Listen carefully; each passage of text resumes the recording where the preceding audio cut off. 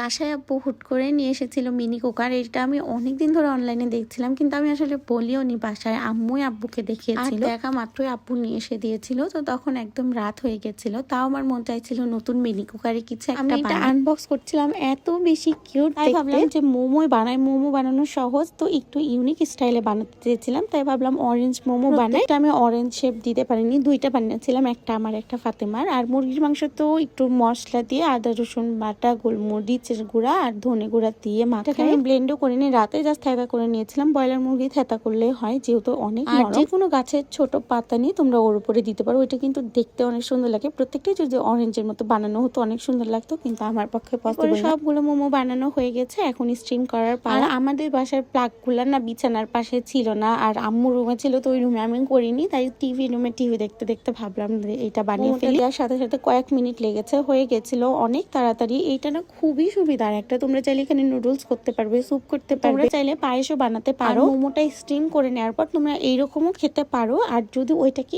একটু তেলে না ভেজে না, ওইটা খেতে আরো টেস্টি। ফ্রাইড মোমোটা একবারই তেলে ভাজা হয়ে যায়, আর এটা স্টিম করার পর একটু যদি তাও ফ্রাই করে নেওয়া হয়, এটা খেতে খুবই মজা লাগে। এই রমজান মাসে ইফতারে তোমরা চাইলে এরকম মজার একটা ইফতার বানাতে পারো, মোমো রাখতে পারো। এটা হচ্ছে আমার মোমোর ফাইনাল লুক। দেখতে অনেক বেশি সুন্দর হয়েছিল, ভেতরের মাংসগুলো সেদ্ধ হয়েছিল। একটা মোমো ভেঙে দেখাচ্ছি, আর সসের সাথে খেতে পারফেক্ট লাগছিল। তোমরা চাইলে না পুদিনা পাতারও একটা টক বানাতে পারো, ওইটা দিয়েও খুবই মজা লাগে। বাসায় বানালে কোনো সবজি না দিয়ে একটু বেশি করে চিকেন দিয়ে বানাই। আল্লাহ হাফেজ।